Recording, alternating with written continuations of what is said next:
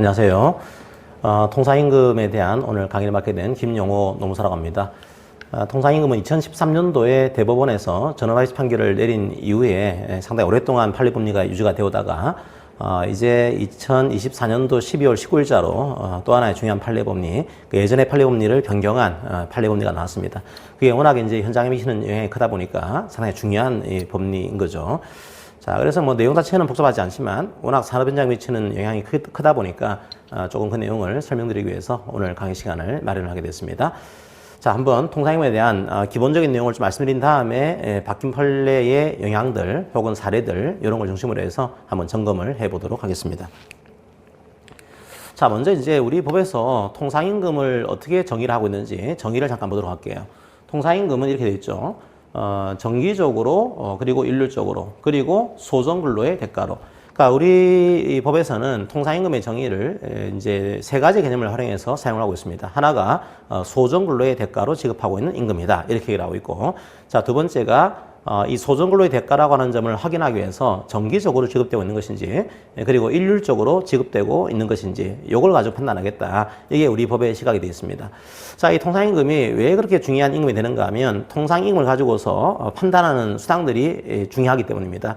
1차적으로 통상임금은 연장근로 수당을 지급하기 위한 기준임금이에요. 어떤 여러분들이 연장근로를 하게 되면 흔히 곱하기 1.5 이런 표현을 쓰는데 요 곱하기 1.5로 할 때 뭘 가지고 곱하기 1.5로 할 거냐, 그게 바로 통상임금이에요. 그러니까 시급 통상임금 곱하기 연장근로 시간 곱하기 1.5 이렇게 하는 거죠. 그러다 보니까 만약에 시급 통상임금이 올라가게 되면은 자연스럽게 연장근로 수당이 올라가는 겁니다. 자연스럽게 휴일 근로수당이 올라가는 구조가 되는 거죠. 그리고 야간 근로수당도 올라가는 구조입니다. 이게 또 올라가게 되면 어떻게 될까요? 이게 올라가게 되면 또 자연스럽게 퇴직급여에 포함되는 평균임금이 올라가는 형태가 만들어집니다. 그러니까 일종의 연쇄작용을 일으킨 거죠. 이 통상임금이 올라가게 되면 연장근로 수당 등이 올라가게 되고, 연장근로 수당 등이 올라가게 되면 퇴직금이 올라가게 되는 이런 구조. 그러니까 인건비라든지 근로자의 임금에 미치는 영향이 상당히 크다. 그러니까 중요한 임금 개념으로 이해를 하시고서 이 내용을 보시면 되겠습니다. 자, 그러면 아까 말씀드린 대로 통상임금을 판단을 해야 돼요. 과연 우리가 받는 임금이 있는데 이 임금이 평균임금은 포함되죠, 일반적으로. 하지만 이 임금이 통상임금이라고 하는 임금 범위에도 포함되는 것인지, 자, 이걸 판단을 해야 됩니다. 자, 그럼 어떤 걸 가지고 포함을 해야 될까요? 그죠? 그게 큰 틀에서는 소정근로의 대가라는 표현을 쓰고 있습니다. 이게 소정근로의 대가로 지급되는 임금만 통상임금에 포함되는 구조고요. 근데 의외로 이게 소정근로의 대가인지 아닌지를 판단하는 게 아주 쉽지는 않습니다. 그러다 보니까 이게 소정근로의 대가인지를 판단하기 위한 판단 징표로서 정기성이라고 하는 징표를 만들었고요. 두 번째로 일률성이라고 하는 징표를 만들었습니다. 그러니까 정기적으로 일률적으로 지급되게 되면 이게 소정근로의 대가로 보게 되는, 추정하게 되는 이런 구조를 만들어 둔 거죠. 자, 그러면 먼저 여러분들이 과연 이 돈이 소정근로의 대가라고 하는 표현을 쓰고 있는데 이 표현이 굉장히 중요합니다. 실제로 이게 현재 판례가 바뀐 것 중에 하나가 이게 실근로의 가치를 평가한 게 아니고 소정근로의 가치를 평가한 거다, 이런 표현을 쓰고 있거든요. 그러니까 소정근로가 뭔지를 이해하셔야지만 통상임금에 대한 기본적인 법리 내용을 이해할 수가 있습니다. 과연 그러면 소정근로라는 게 뭘 얘기하는 걸까요? 자, 그걸 이해하기 위해서는 시간의 개념을 좀 이해할 필요가 있습니다.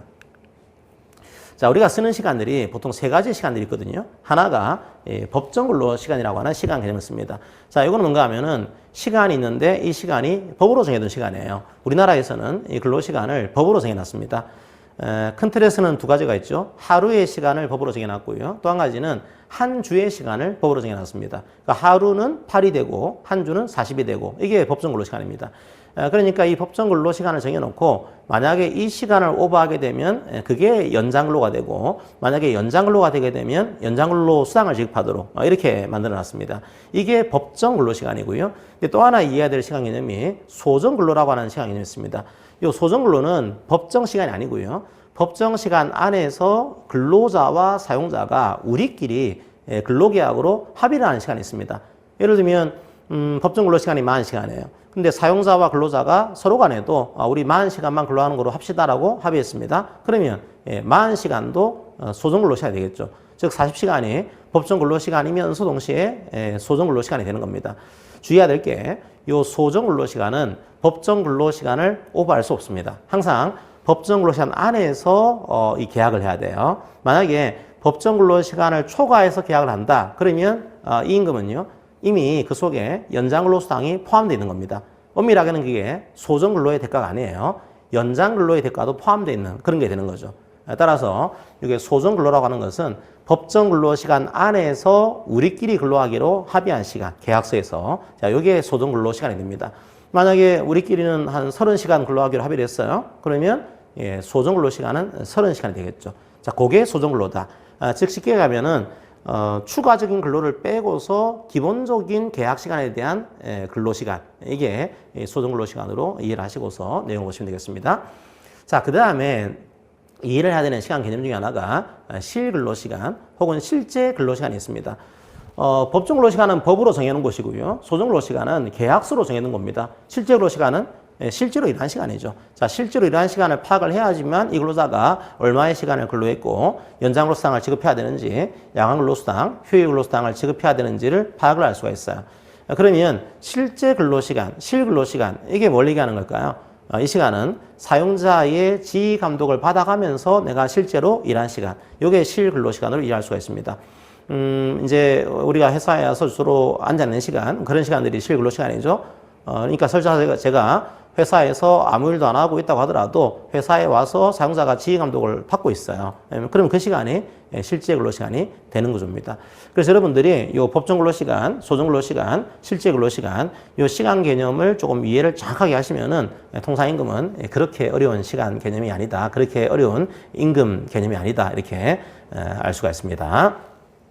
그러니까 통상임금에 대한 내용들은 이걸 얘기하는 거죠. 소정 근로에 대한 가치를 평가한 임금이다.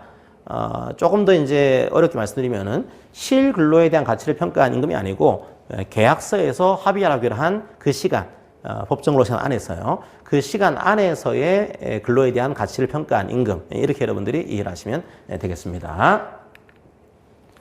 자, 우리가 임금을 파악할 때 이게 임금이라고 하게 되면 웬만한 것들은 다 거의 무조건 평균임금에 포함됩니다. 이 평균임금은 뭔가 하면은 퇴직급여를 지급하게 한 임금이에요.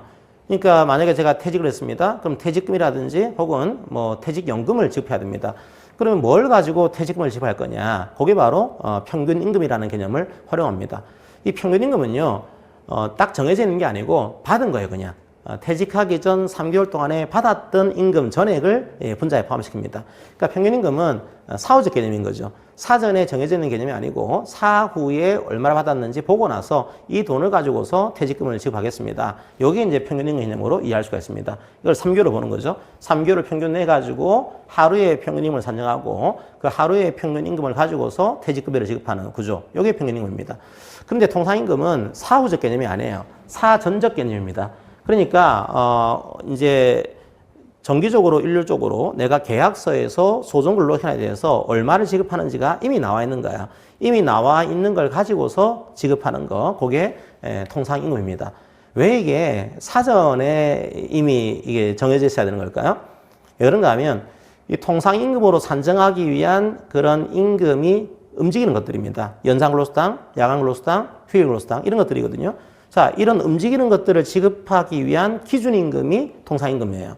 그럼 통상임금은 움직이면 안 되겠죠, 당연히. 움직이는 걸 지급하기 위한 기준임금인 거니까 얘는 딱 정해져 있어야 돼요. 그래서 통상임금은 사전에 소정근로 했으면은 얼마를 지급할 거다. 이게 정해져 있는 임금. 그걸 통상임금으로 이해를 하시고서 내용을 보시면 되겠습니다.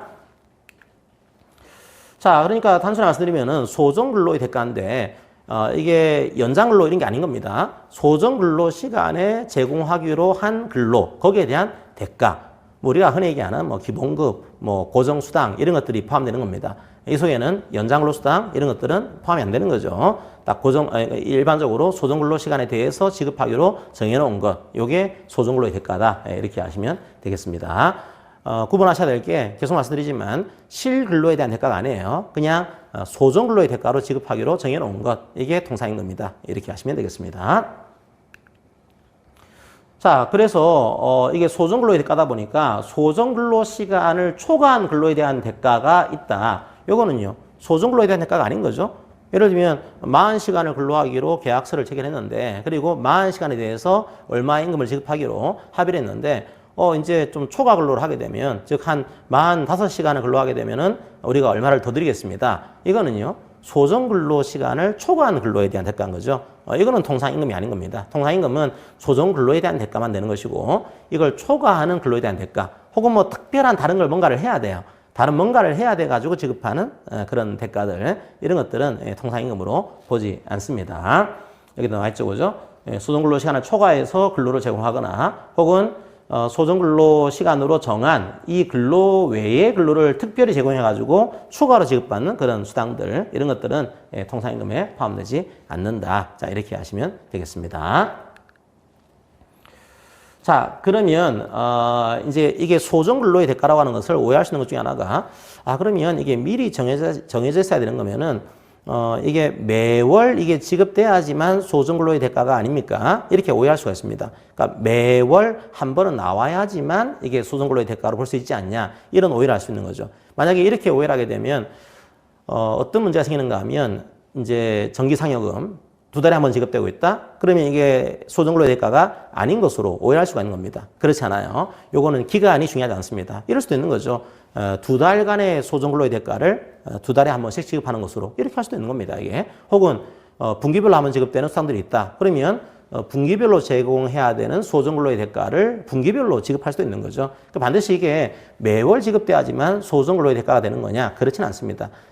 이거는 이제 2달에 한 번, 석 달에 한 번 지급된다고 하더라도 소정근로의 대가가 충분히 될 수 있다. 이것도 오해하시면 안 됩니다. 그래서 이 임금이, 이 근로의 대가가 가까운 시일 내에, 근로하고 나서 가까운 시일 내에 지급되지 않았다고 해서 이게 소정근로의 대가가 아닌 거냐? 뭐 그렇진 않다. 이게 판례 시각으로 이해를 하시면 되겠습니다. 그리고 또 하나 이제 오해할 수 있는 것 중에 하나가, 혹시나 노동조합이 있는 곳에서는 이런 이제 현상들이 꽤 발생할 수가 있습니다. 뭔가 하면은 보통 우리가 교섭을 진행을 하거든요. 예를 들면 뭐 올해 1월 1일부터 혹은 올해 4월 1일부터 임금에 대한 협상을 시작합니다. 그러면 임금을 몇 프로 올릴지에 대한 합의라는 거죠. 근데 이 합의가 생각보다 안 되는 거죠. 당연히 그렇겠죠, 그죠? 뭐 사측 입장에서는 좀 적게 올리려고 할 것이고, 노측 입장에서는 최대한 임금을 인상을 하려고 할 겁니다. 그럼 잘 안 됩니다. 안 되다 보니까 한참 시간이 지난 다음에 나중에 기본급여에 대한 합의를 하게 돼요. 몇 프로 인상하자. 여기서는 5만 원을 인상합시다. 합의를 한 겁니다. 근데 이렇게 합의할 때 주로 어떻게 하는가 하면, 그때부터 5만 원 인상하는 것으로 지급하겠습니다. 이렇게 하지 않고요. 어차피 이게 4월 1일부터 해왔던 내용입니다. 따라서 5만 원 인상된 것들을 올해 4월부터 소급적으로 이걸 적용하겠습니다. 이런 식의 합의를 많이 한단 말이에요. 그러면 5만 원을 인상하는 겁니다. 인상을 하게 되면은 어떤 문제가 생길까요? 근로자 입장에서는. 그러면 5만 원 인상이 된 거니까, 기본급이 5만 원 인상된 거예요. 그 5만 원을 다시 반영을 해가지고 연장 근로수당도 지급을 다시 해야 되는 거 아니냐, 이런 식의 문제가 생길 수가 있습니다. 자, 왜냐하면 기본급이 올라간 거니까 이건 소정근로의 대가가 올라간 거 아니냐. 올라갔으면은 지금까지의 연장근로에 대해서 5만 원을 반영해서 다시 연장근로수당을 지급해야 되는 것 아닙니까? 자, 이런 식의 문제가 될 수가 있습니다. 자, 어떻게 봐야 될까요? 5만 원이 이제 늦게 합의가 된 거죠. 하지만 소급적으로 지급이 된 겁니다. 이것도 소정근로의 대가일까요? 예, 소정근로의 대가입니다. 단지 늦게 합의가 된 거죠. 실제로 기본급이 올라간 겁니다. 이건 소정근로에 대한 대가인 거죠. 뭐 추가적인 연장근로를 올린 게 아니고 소정근로의 대가로서의 기본급을 인상한 거란 말이에요. 나중에 늦게 합의했다고 하더라도 이거는 소정근로의 대가로 인정이 됩니다. 그래서 나중에 기본급 합의한 것들을 소급적으로 적용한다고 하더라도 이거는 소정근로의 대가로 인정하고 있다. 따라서 그 수당도 통상임금에 포함을 시키고 있다고 하는 거, 그걸 이해를 하시면 되겠습니다. 역시 판례에서도 인정을 했죠, 그죠? 기본 인상, 임금에 대한 인상 소급분은 통상임금에 포함된다라고 하는 거, 그것도 유의하셔가지고 내용을 보시면 되겠습니다. 자, 그런데 여기까지는 우리가 뭐 크게 뭐 이전 판례랑 지금 판례가 다르진 않아요. 아주 유사한 구조를 띄고 있거든요. 자, 그런데 달라진 점이 여기서부터 나옵니다. 근데 이게 소정근로의 대가인지가 헷갈리는 것들이 몇 가지가 나와요. 대표적으로 상여금이라든지, 상여금을 이렇게 한 거죠. 우리 회사는 2달에 한 번 상여금을 지급하는데 2달 동안 근무를 다 해야지만 상여금을 지급하게 되고, 중간에 그만두게 되면 상여금을 안 주겠다, 한 푼도. 비리 지급이 아니고요. 한 푼도 안 주겠다, 이렇게 만들어두게 되면 그게 과연 통상 임금인 거냐 아닌 거냐, 이런 식의 문제들 논쟁이 심했고요. 또 한 가지가 근무일수 조건부에 상여금이 있었습니다. 그러니까 이런 거죠. 두 달에 한 번 혹은 한 달에 한 번 지급하는데 무조건 지급하는 게 아니고 한 15일은 근무해야지만 지급한다. 이렇게 이제 만들어둔 거예요. 그러면 이제 15일을 근무하지 않게 되면 이게 상여금이 안 나오는 거죠. 과연 그렇게 지급되는 상여금도 통상임금인 거냐? 이런 문제가 있었던 겁니다. 과거에는 그런 식의 상여금에 대해서는 통상임금성을 부정을 했어요. 왜 부정을 했는가 하면 우리가 소정근로의 대가인지 아닌지를 판단할 때 이걸 판단하게 한 요소, 징표가 세 가지로 과거에는 이랬습니다. 정기성, 일률성, 그리고 또 한 가지가 고정성이었어요. 이게. 그러니까 이게 고정성이라고 하는 이 징표를 과거에는 추가해서 이렇게 지급되는 통상임금은 고정성이 없기 때문에 이게 통상임금이 아닌 것으로 이해를 했습니다. 자, 그런데 이 판례의 중요한 점은 이제 고정성이라고 하는 징표를 삭제했습니다. 자, 그런 건 없다는 거예요. 그냥 통상임금이 되기 위해서는 정기적으로, 일률적으로 지급되면 되는 것이지 고정적으로 지급돼야 된다 이런 표현은 쓸 필요가 없다는 겁니다. 왜 그럴까요? 나중에 알겠지만 사실은 고정성이라고 하는 표현은 우리 법령이 없습니다. 이게 통상임금은 시행령에 규정되어 있는 그런 내용인데 이 시행령에 정기성, 일률성 이 표현은 있지만 사실은 고정성이라는 표현은 쓰고 있지는 않아요. 근데 이제 판례에서 한 10년 전쯤에 판례에서 고정성이라는 징표를 끌어들여와 가지고 이거는 이제 오늘 근무하고 내일 퇴직하게 되면은 만약에 안 나온다 이 돈이 오늘 근무한 것이 내일 퇴직하더라도 나와야 되는데 만약에 내일 퇴직하게 되면은 오늘 근무에 대한 대가는 안 나온다 이렇게 해놓으면은 고정성이 없는 거다 이렇게 얘기를 하면서 통상임금성을 부정을 했습니다. 근데 이 내용은요, 사실은 소정근로의 문제가 아니에요. 실근로인 거죠. 그래서 과거의 판례는 이게 소정근로에 대한 문제가 아니고, 실근로에 대한 문제를 오해를 했다. 이렇게 이제 판례가 이해를 하게 됩니다. 그러면서 이제는 고정성에 대한 징표를 삭제를 하게 돼요. 자, 그 내용들을 좀 보도록 하겠습니다. 자, 첫 번째, 정기성. 이제 그러니까 통상임금이 되기 위해서는 이제 두 가지 관문을 통과해야 됩니다. 이게 소정근로의 대가라고 하는 관문, 요거는 이제 당연한 거고요. 근데 이 소정근로의 대가인지를 판단하기 위한 관문이 두 가지예요. 하나가 정기성, 하나가 일률성입니다. 그러면 이 정기성이라는 관문을 통과해야 되는데 요거는 그렇게 어렵진 않아요. 정기성이라는 관문은 그냥 일정한 간격을 두고 계속 지급되게 되면 이 관문을 통과한 겁니다. 무슨 말일까요? 이 일정한 간격이 한 달일 필요가 없다는 겁니다. 이게 그냥 한 달에 한 번, 두 달에 한 번, 석 달에 한 번, 반기별로 한 번, 매년 한 번. 뭘까요? 예, 정기적인 거예요. 그러니까 정기성이라는 얘기는 그냥 일정한 간격을 두고서 계속 지급되면 되는 것이지 이게 반드시 매월 지급돼야 되는 거냐? 그렇지는 않습니다. 그러니까 정기성이라는 관문은 과거 판례부터 통과가 어렵지 않았어요. 이렇게 하게 되면요, 이제 설, 추석, 상여금 이런 것들도 정기성인 거죠. 설마다 한번 지급되고 있는 거니까 이 관문은 통과하는 것이 어렵지 않다. 이렇게 하시면 되겠습니다. 그래서 정기성이라는 의미는 일정한 간격을 두고 계속 지급. 이것만 되게 되면 정기성을 충족한 것이고 반드시 매월 지급되면 매월 지급돼야지만 이게 정기적인 거냐 그렇지는 않다라고 하는 거. 뭐 그렇게 이해하시면은 정기성은 판단이 어렵진 않을 거예요.